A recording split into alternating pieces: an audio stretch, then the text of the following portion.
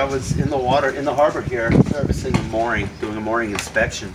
And as I came aboard, finished the dive, I came aboard to sort out my gear. And over the radio, I heard a distress call. People in the water, boat overturned, and to the entrance of the Cape Cod Canal.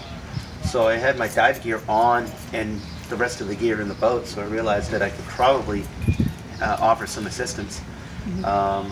So I scooted over there pretty quickly over to the entrance to the canal, and only having a patrol boat go whizzing by, the lights going and sirens, so I realized it was a pretty hot situation. So I scooted over to what I could see, a bunch of boats already showed up on scene, and a number of rescue boats.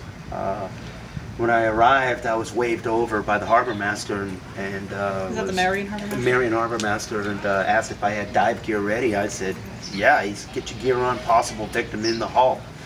The boat at this time was upside down, bouncing around the waves. There was a lot of 4 to 5 foot waves, and it's pretty rough. In fact, my boat swamped with waves. I had to just leave the vessel and put on my dive gear and go in the water anyway. So got in the water. There's 2 harbor masters already on the hull with no gear on at all, and one of the harbor masters attempted to dive, but found it too hazardous to get under the boat. So I basically went under and started surveying from one end to the other, a 24-foot boat.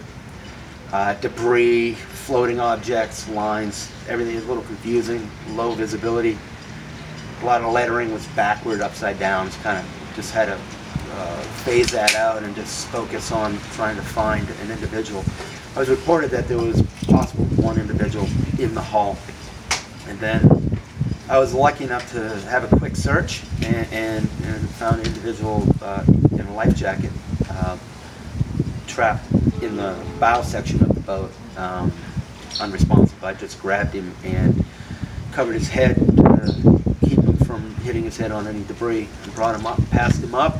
The 2 harbor masters on the hull grabbed him. The rescue boat came in, pretty well synchronized. Nothing was said. Immediate CPR. Right as we got the child out of the water, and at that point my job was done. They hopped in the rescue boat and off they went to an ambulance waiting on shore. Pretty brutal, and glad I just was at the right place, right time. Absolutely. With everything just worked pretty smoothly with my gear on board and ready to go. Well, it was a sunny day on shore. It was quite cool for this time of year, but it was a nice day. I could see how anyone would like to be out there. But the tide was changing, and it's notorious, a bad corner right there at the beginning of the canal. You have a lot of current and wind. It kicks up, and at this point it was really rough, choppy. My boat has foam in the floor, so it didn't sink, but it was swamped. I was knee-high, waist-high in water. No, it's being repaired. It's at the shop right now.